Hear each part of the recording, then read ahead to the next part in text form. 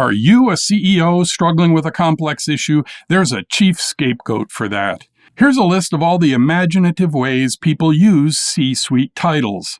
Chief Executive Officer, of course, Chief Finance Officer, and Chief Operating Officer are pretty standard.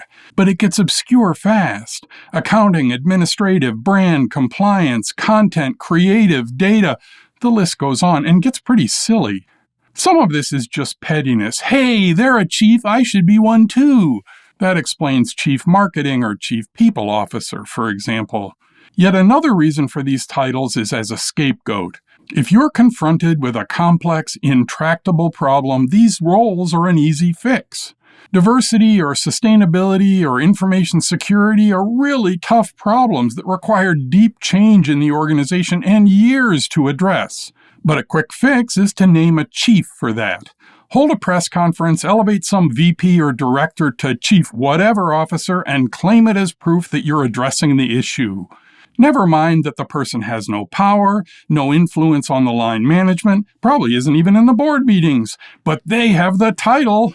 Someone does something terribly racist that gets publicity, trot out the Chief Diversity Officer to make the media rounds.